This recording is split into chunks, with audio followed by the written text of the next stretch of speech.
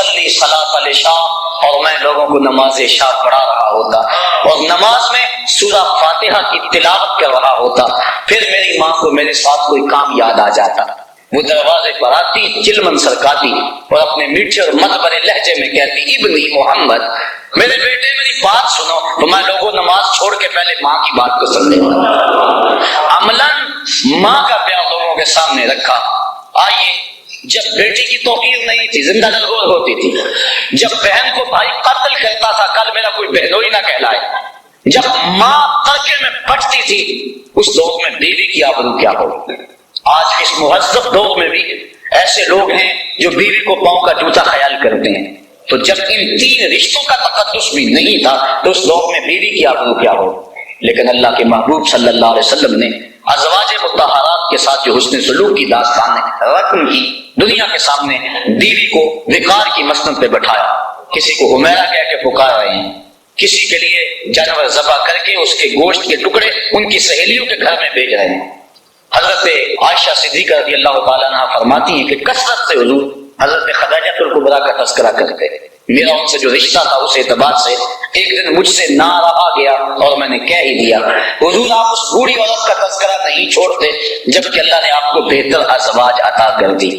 بس پھر حضور غصے میں آ گئے، فرمایا عائشہ مجھے خدیجہ کے بارے میں تکلیف مت دو، جب پورے مکے نے میرا انکار کیا تھا اس نے میرا اقرار کیا تھا، اس کا تذکرہ میں کیسے چھوڑ سکتا ہوں، جب زمانہ میرا مخالف تھا اس نے میرا ساتھ دیا تھا۔ فرماتے اس کے بعد کبھی بھی میں نے ان کے بارے میں کوئی بات نہیں کی۔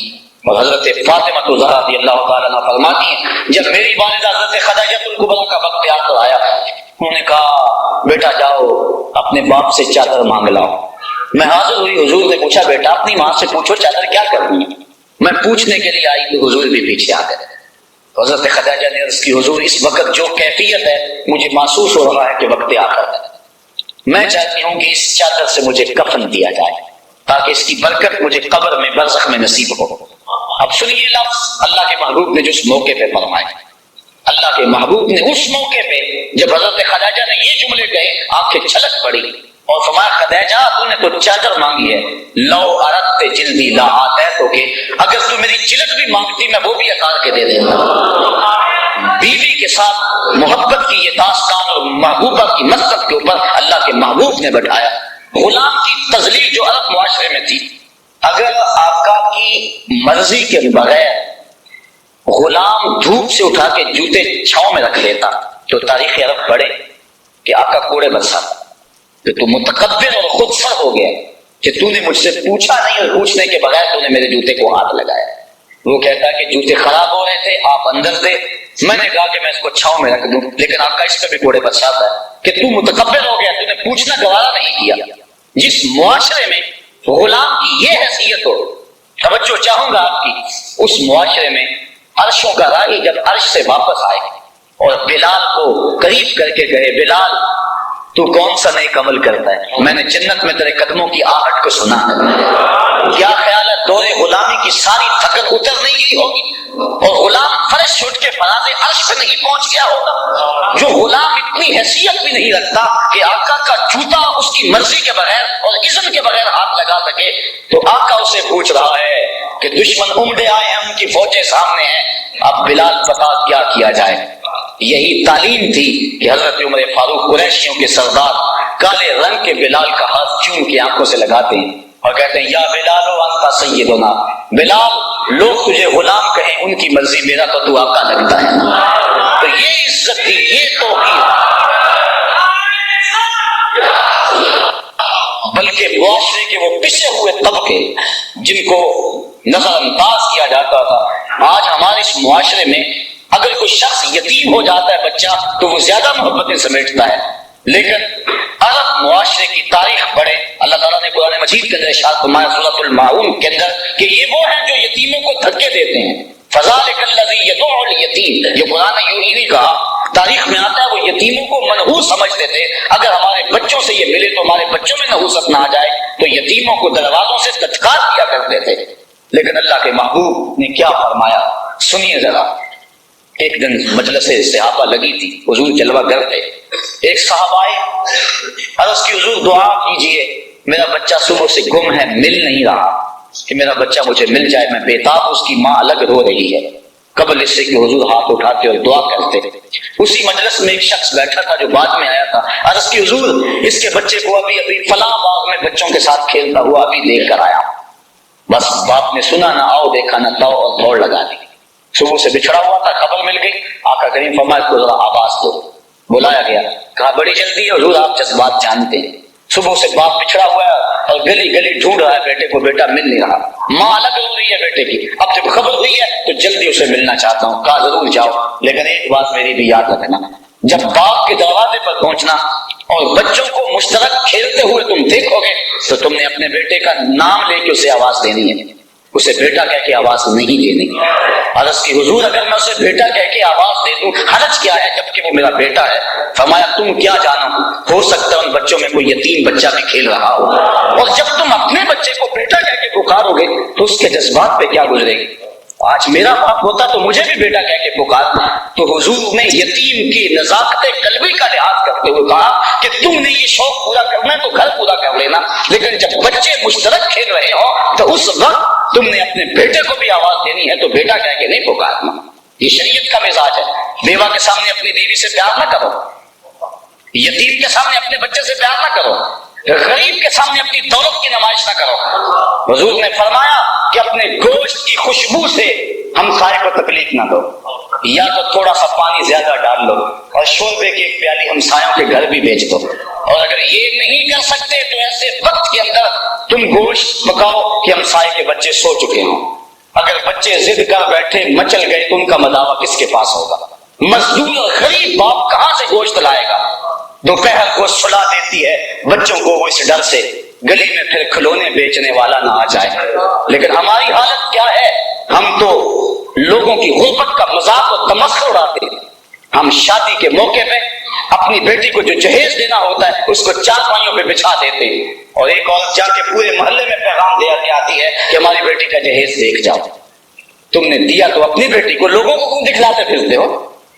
اس کو کہتے ہیں رسم بکھالا۔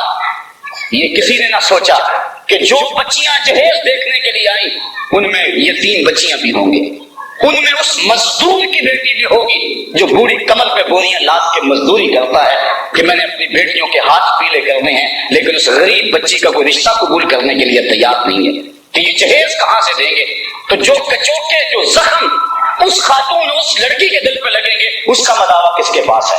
تارا ٹوٹتا سب نے دیکھا، یہ نہ دیکھا ایک نے بھی، کس کی آنکھ سے آنسو ٹپکا، کس کا سہارا چھوٹ گیا۔ تو ہم نے اس انداز سے اپنی دولت کی آزمائش کی، اپنی شادیوں کو اس انداز سے مرتب کیا کہ غریبوں کا جینا دوبر ہو گیا، ہم نے لوگوں کے لیے عذاب بنا کے رکھ دیا۔ آقا کریم نے یہاں تک کہا کہ گوشت کی خوشبو سے ہمسائے کو بھی تکلیف نہ دو، تو کہا کہ اپنے اس بیٹے کو بیٹا کہہ کے نہیں پکارنا، کسی یتیم کے دل پہ چرکا نہ لگ جائے۔ تو معاشرے کے وہ پسے ہوئے طبقے جن کی نزاکت قلبی کا کبھی کسی نے خیال نہیں رکھا، اللہ کے محبوب نے ان کو کہاں اور کس منصب پہ بٹھا دیا۔ اللہ کے محبوب عید پڑھنے کے لیے جا رہے ہیں، راستے کے اندر دیکھا ایک بچہ رو رہا ہے، پوچھا بیٹا آج تو عید کا دن ہے اور تم رو رہے ہیں؟ عرض کی حضور میرے باپ کا سایہ میرے سر پہ نہیں ہے، باپ میرا بچھڑ گیا ہے۔ علامہ اقبال علیہ رحمٰن نے نالہ یتیم کے نام سے ایک نظم انجمن حمایت اسلام لاہور کا جو دارالشفقت یتیم خانہ ہے اس کے سالانہ اجلاس میں پڑھی تھی، جس میں ہلال کو خنجر سے تشبیہ دی کہ جب چاند کرتا ہے پہلی رات کا تو یتیم کا کلیجہ چیر دیتا ہے۔ لوگ تو خوشی سے شور مچاتے ہیں اور وہ اپنے دروازے بند کر کے روتا ہے، اس کو اپنا باپ یاد آتا ہے۔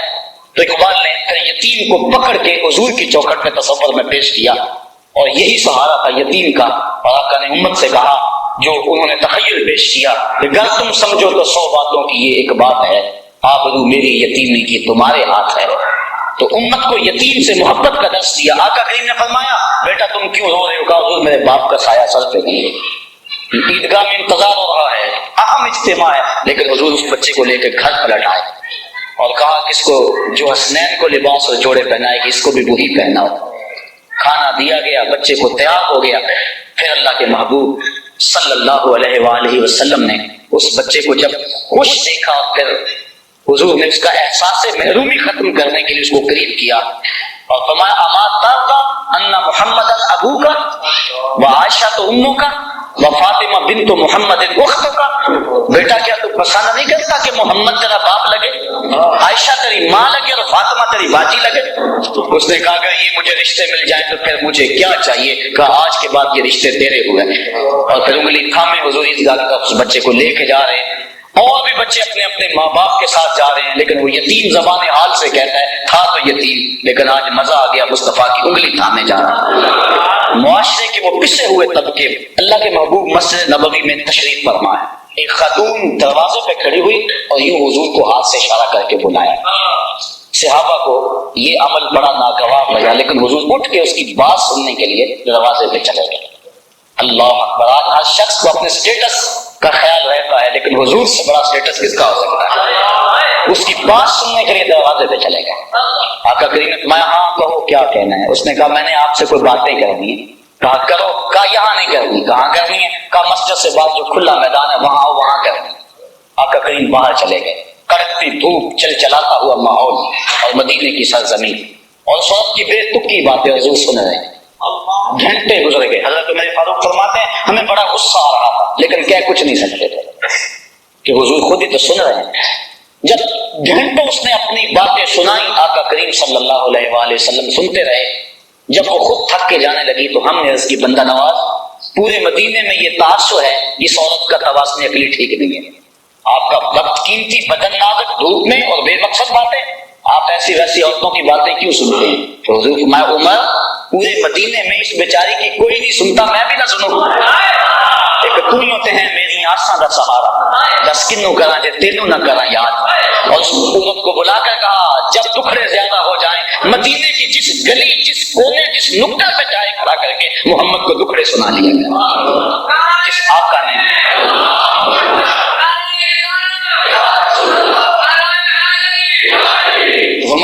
جاءکم من اللہ نور و کتاب مبین، یہ ہے روشنی، یہ ہے اجالا۔ ظلمتیں چھٹ گئیں اور ہر سمت اجالے اور روشنیاں پھیل گئیں۔ آفتاب زندگی کی ایک شعاع اولی، نور سے تیرے فلک روشن درخشاں ہے زمین، تیری ہستی روشنی کا ایک عظیم مینار ہے، ہر کرن جس کی نشان منزل دنیا ہوتی، تیری نظروں نے تراشے ظلمتوں سے آفتاب، پاؤں تیرے چوم کے ذرے بنے ماہ مبین، اے غریبوں کے سہارے، اے یتیموں کی مراد، محسن انسانیت تجھ سا کوئی نہیں۔